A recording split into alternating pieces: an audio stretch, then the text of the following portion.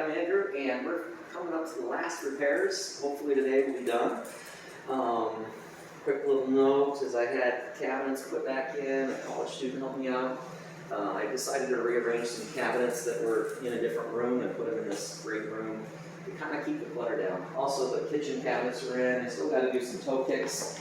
That's okay. One quick note is I was looking at them and they did start to grow a little bit of mold, and I was contemplating a little bit of mildew and mold. I was contemplating about getting new cabinets, cutting out parts and stuff, and then I found online that there's some new products that really kill and eliminate mold and mildew.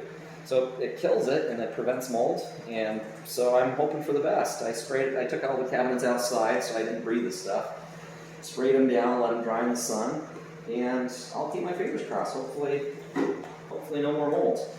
Also, I had some friends help me the last couple days putting in the flooring. It's a lot of work. It's a big room, a lot of pieces of flooring, and this flooring, a little mistake can cascade and make little gaps and stuff. And I tried to reuse the old flooring as best as I could, but unfortunately there was about 10 boxes that were damaged too far to be able to use them. And so a few of the pieces have little nicks and cracks, but I decided not to use all the boxes, or use all the pieces. And I was going to go to the hardware store and buy all new boxes, but then I was kind of thinking they ran out, so why not mix it up? And I decided to change with this other flooring right here. And it's going to be fun. This is going to be my kitchen, maybe dining, maybe living room, we'll see. But there's a lot of great videos on how to install this flooring, but they always seem to leave out the hardest part.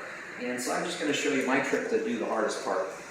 And so I got a piece of this tile right here, and I like to just slide it right in and then have it really close to this edge so that edge lines up. Now I like to hold a piece of floor tile down so I don't pinch myself as I pound it in, and I lift it up and I pound it a little bit on this side, pound it a little bit on this side, and let it back down.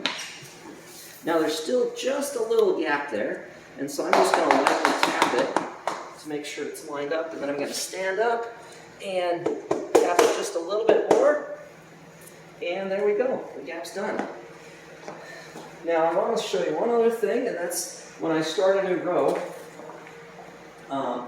I like to actually put like 3 pieces together like that, and then I line it up with the cracks, line it up just right, and then I tip them all up at the same time, and then I press them down.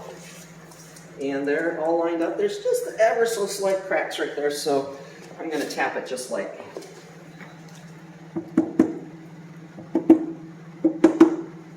There we go. And that's it for today. I'll make another video when I'm all the way done, hopefully today. Thanks for watching.